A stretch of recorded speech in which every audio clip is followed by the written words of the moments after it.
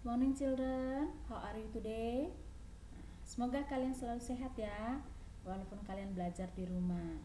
Kali ini kita akan belajar bersama Miss Maria tentang perkembangbiakan pada tumbuhan. Di sini Miss sudah tulis halamannya di buku tematik kalian. Untuk lebih jelasnya kita akan lihat. IPA tematik 6A, subtema 1, halaman 8 sampai 10, pelajaran 1, halaman 24 sampai 29, pelajaran 2. Di sini sudah kasih ada PS dan PR-nya. PS dan PR-nya nanti kalian kerjakan setelah kalian mendengarkan penjelasan dari Miss Maria. Oke. Untuk lebih jelasnya kita akan belajar tentang cara-cara perkembangbiakan pada tumbuhan. Cara perkembangbiakan pada tumbuhan. Ada dua cara. Yang paling pertama yaitu dengan cara generatif atau kawin, terus yang kedua secara vegetatif atau tidak kawin. Ya, ini ada dua cara. Untuk lebih jelasnya nanti kita akan belajar tentang pengertian dan contoh-contoh. Perkembangbiakan generatif adalah tumbuhan yang dapat berkembang secara kawin atau generatif. Alat perkembangbiakan pada generatif adalah bunga. Bunga tersebut akan mengalami proses penyerbukan sehingga menjadi biji. Dari biji tersebut kita akan bisa digunakan menjadi tumbuhan yang baru. Oke. Karena alat perkembangbiakan pada bunga adalah pada perkembangbiakan tumbuhan secara generatif adalah bunga, maka di sini bunga Miss akan jelaskan. Bunga itu dibagi atas dua, yaitu bunga sempurna dan bunga tidak sempurna.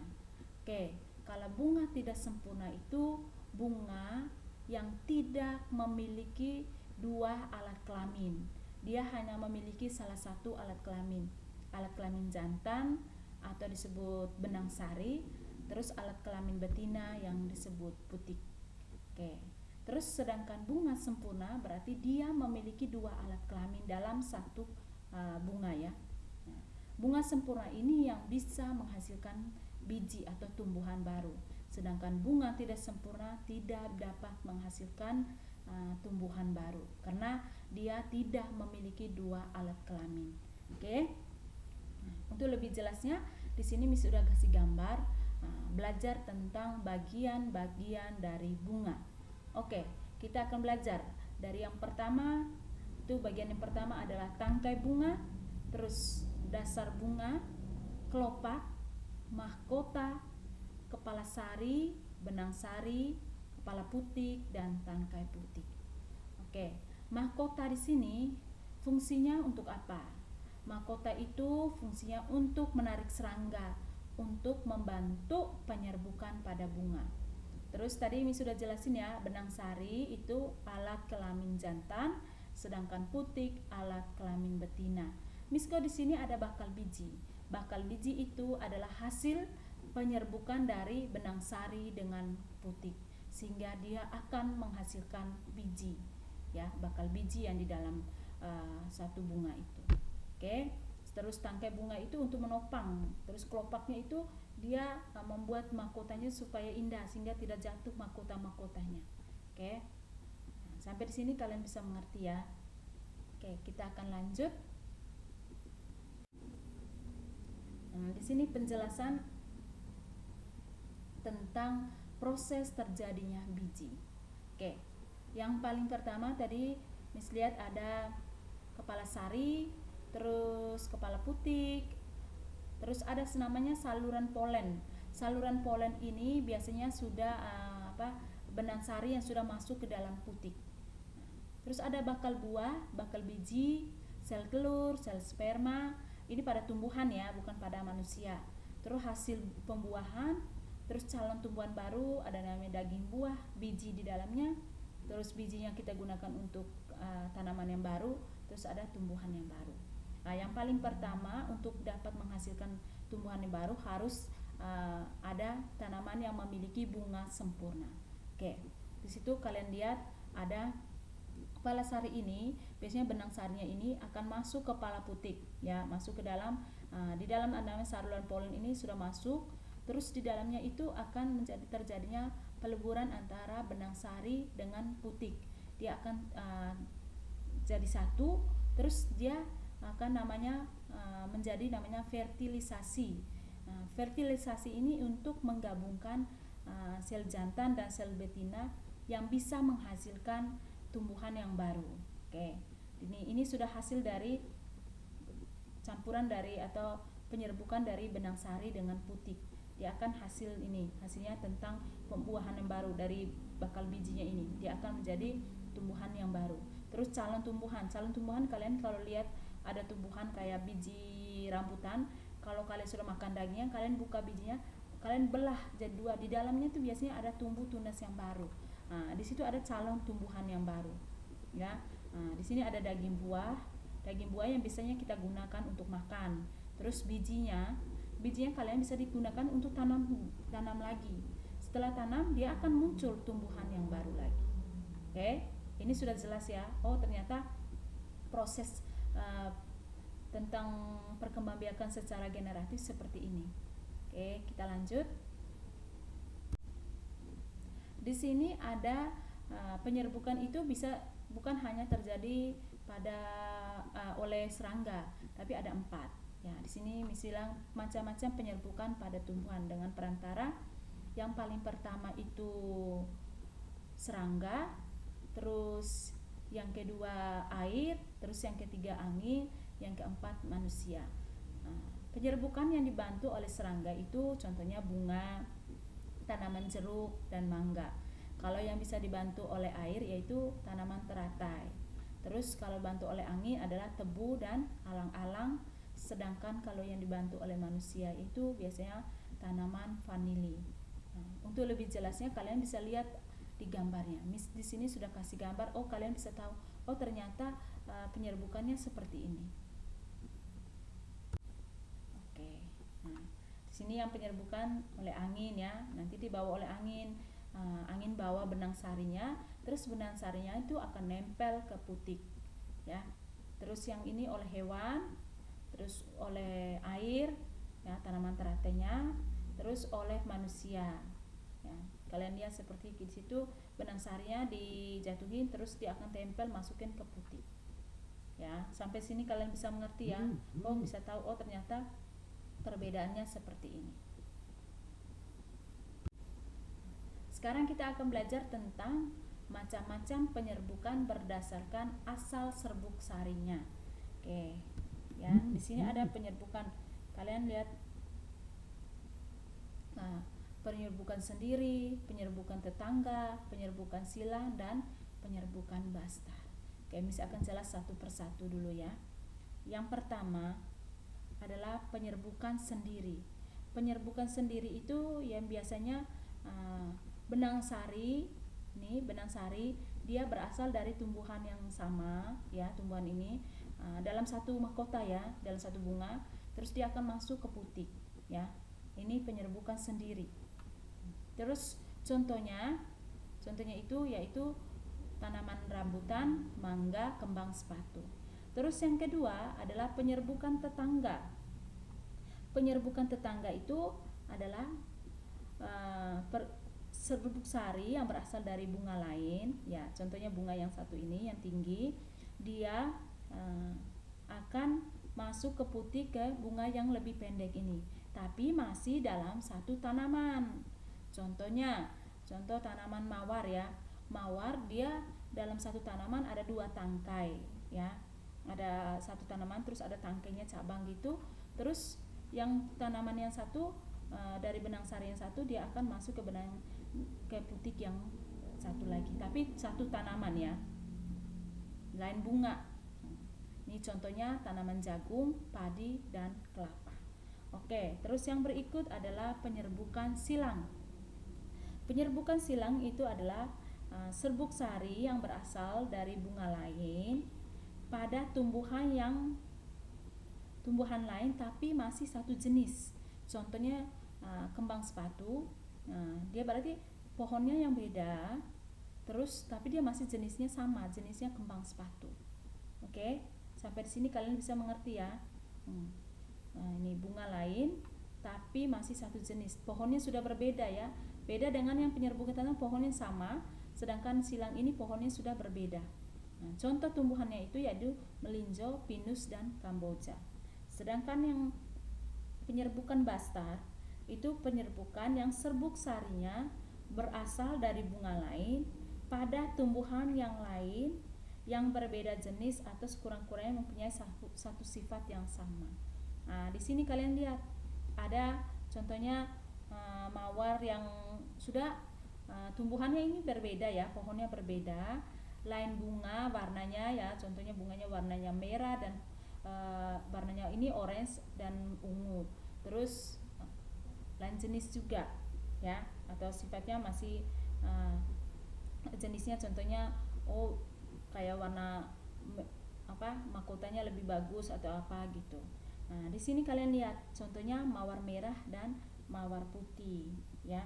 Nah, contoh yang lain itu adalah contohnya jambu batu. Jambu batu yang dagingnya warna merah, dia akan menyerbuki jambu yang batu yang berwarna putih. Nah, di situ. Ya, ini penyerbukan bastar. Oke. Sampai di sini bisa mengerti ya. Oke, kita lanjut. Tadi kita sudah belajar tentang perkembangbiakan secara generatif. Sekarang kita akan belajar tentang perkembangbiakan secara vegetatif. Nah, perkembangbiakan secara vegetatif ini bisa terjadi dua, yaitu secara vegetatif alami dan vegetatif buatan. Kita akan belajar dulu secara vegetatif alami. Perkembangbiakan vegetatif alami adalah perkembangbiakan tumbuhan yang terjadi dengan sendirinya tanpa campur tangan manusia. Berarti dia tumbuh secara alami ya. Nah, contoh perkembangbiakan vegetatif alaminya itu yang paling pertama adalah tunas. Nah, tunas ya, kalian lihat di situ. Tunas. Di sini Miss kasih contoh gambar tanaman bambu dan pisang. Nah, ada juga contoh tanamannya itu adalah cocor bebek. Terus yang kedua ada namanya akar tinggal atau rizoma. Miss ingatin ya, kalau pelajaran IPA biasanya ada banyak-banyak bahasa Latin. Bahasa Latin itu biasanya tulisan secara miring, ya. Akar tinggal atau rizoma ini contoh tumbuhannya itu adalah jahe, kunyit, dan lengkuas. Oke, kita lanjut lagi. Yang berikut umbi. Umbi ini bagi atas 3. Umbi batang, umbi akar, dan umbi lapis. Yang pertama kita akan belajar tentang umbi. Nah, kalian lihat situ umbi batang ya. Umbi batang ini contohnya itu yang berkembangbiak dengan cara umbi batang itu tanaman kentang dan ubi jalar. Ubi jalar bukan hanya seperti di gambar ini ya, bukan hanya yang ungu, ada yang warna putih, ada yang warna ungu. Contohnya ubi jalar itu ada macam-macam. Terus yang berikut ada namanya umbi akar. Umbi akar ini contoh tumbuhan yang berkembang biak dengan umbi akar adalah wortel, singkong, dan lobak. Oke, kita lanjut. Umbi lapis, ya. Umbi lapis, nah di sini kalian lihat. Karena umbi lapis karena dia berlapis-lapis ya, seperti bawang merah, bawang putih. Kalau kalian kupas dia pasti akan berlapis-lapis. Contoh umbi lapis, tumbuhan yang berkembang biak umbi lapis itu ya bawang merah, bawang putih, bawang bombay, bunga tulip, dan bawang bakung. Ya, bunga tulip yang biasanya warna-warnanya bagus kalau umbinya di dalamnya. Terus bawang bakung itu daun bawangnya bisa digunakan kayak untuk makan mie ayam atau apa. Terus di dalamnya itu ada umbinya. Ya. Oke. Sampai di sini bisa mengerti? Kita akan lanjut. Yang berikut geragi atau stolon. Ya, perkembangbiakan secara vegetatif alami itu ada namanya geragi atau stolon. Nah, contoh tumbuhan yang berkembang biak dengan geragi atau stolon yaitu pegagang dan stroberi. Pegagang itu yang gambarnya daunnya seperti gambar bintang ya. Nih, kalau stroberi kalian sudah tahu ya. Nih, ada buahnya.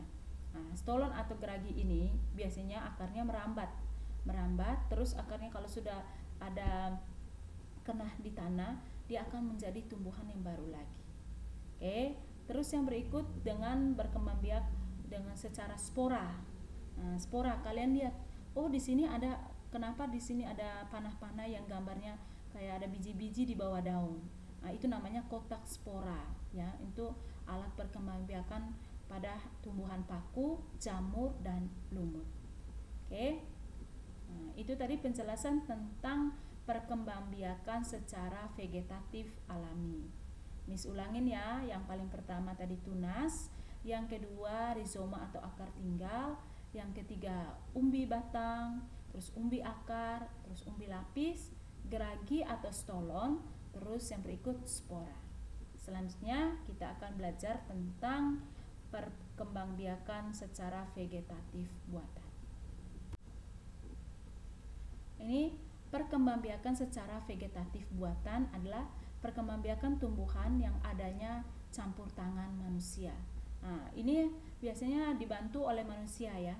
Contohnya yang paling pertama perkembangbiakan secara vegetatif adalah vegetatif buatan ada antara lain mencangkok ya. Di sini kalau mencangkok itu ada tahap-tahapannya. Terus kita harus tahu, oh mencangkok itu bukan asal tumbuhan ya. Oh tumbuhan apa saja, enggak.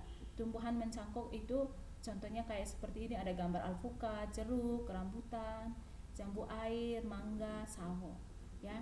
Terus kalau kita mau mencangkok itu, ciri-ciri tumbuhan yang bisa dicangkok itu contohnya yang paling pertama itu adalah batangnya itu harus lurus. Terus yang kedua, tidak terlalu tua dan tidak terlalu muda. Oke. Yang berikut kita akan belajar tentang tahap-tahap mencangkok. Yang paling pertama, batangnya itu yang lurus kayak bukan batang yang induk ya, pohonnya induk, tapi ada cabangnya itu. Cabangnya itu kita jangan potong dulu ya. Kita bikin kelupas dulu yang paling pertama, pengelupasan kulit batang dan kambium secara melingkar. Kulit batangnya kita bersihkan, terus di dalamnya tuh biasanya ada lendir-lendirnya, kalian bersihkan dulu. Setelah itu siapkan plastik atau plastik yang kayak buat untuk isi es gitu, es batu. Masukkan tanah ke dalamnya, lalu kalian buka kantong plastik itu dengan cara membelah. Setelah isi tanah kalian ikat, terus kalian belah dari sampingnya. Setelah itu yang ketiga, kalian bisa yang tadi cabang yang sudah kalian bersihkan itu, kalian kupas itu, kalian tempelkan dengan plastik yang sudah isi tanah yang sudah dibelah itu ya, tempelkan seperti pada gambar ini. Setelah itu kalian sudah tempel dengan tanahnya dan plastik, kalian ikat ya, dua sisi atas dengan bawah, ikatnya yang kuat ya, sehingga walaupun ikat masih ada plastik yang terbelah itu untuk proses untuk udaranya yang masuk ke dalam batang tersebut atau air yang kita siram bisa meresap. Setelah sudah kita bungkus, kita ikat, jangan lupa disiram ya, supaya tanaman itu bisa akan muncul akar. Kalau kalian nggak siram berarti tumbuhannya tidak akan hidup ya, atau batang yang kalian cangkok tidak akan jadi ya. Kalau ada hujan nggak apa-apa, tapi kalau nggak ada hujan kalian siram. Terus kalian lihat setiap hari, oh sudah muncul akar apa belum. Kalau sudah muncul akar, akarnya sudah banyak, kalian potong, pisahkan dari induknya. Terus kalian tanam dengan buka kembali yang plastiknya itu, kalian buka, terus kalian tanam dengan tanahnya itu. Dia akan menjadi tumbuhan yang baru lagi. Contoh tumbuhan yang bisa kalian cangkok itu adalah tumbuhan alpukat, jeruk, rambutan, jambu air, mangga, dan sawo. Oke, itu dengan cara mencangkok. Selanjutnya kita akan belajar tentang dengan cara merunduk. Kalian lihat di gambar ya.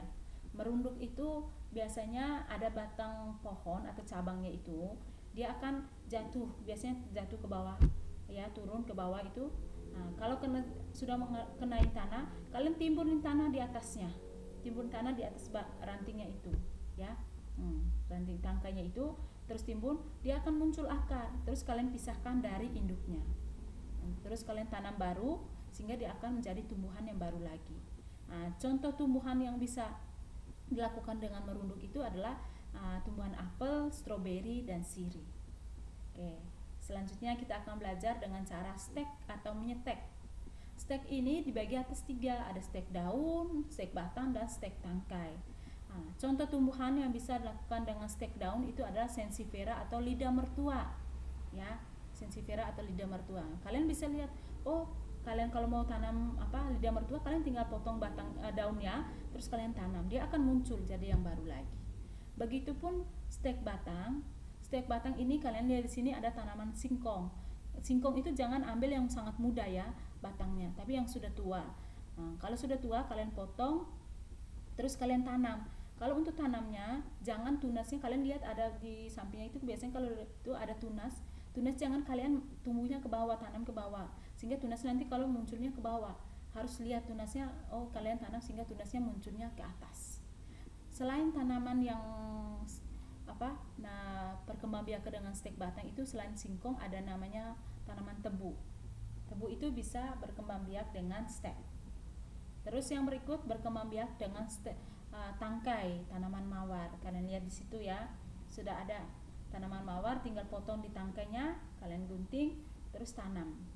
Terus jangan lupa disiram ya, semua tanaman yang kalian sudah tanam itu disiram atau terus dikasih pupuk kalau di potnya, sehingga tanamannya itu subur. Terus siram, dia akan muncul daun, kelamaan dia akan muncul bunga. Oke. Sampai di sini kalian bisa mengerti ya. Oh, kalian sudah tahu ada gambar tuh, kalian lebih mengerti daripada banyak teks kalian nggak ngerti. Oke, kita lanjut. Yang berikut dengan namanya menempel atau okulasi.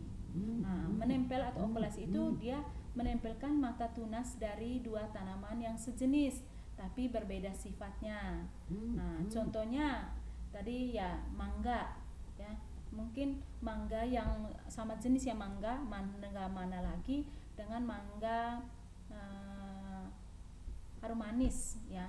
Nah, contohnya mangga yang buahnya dagingnya tebal dan dagingnya yang manis, buahnya yang manis. Itu kalian ambil.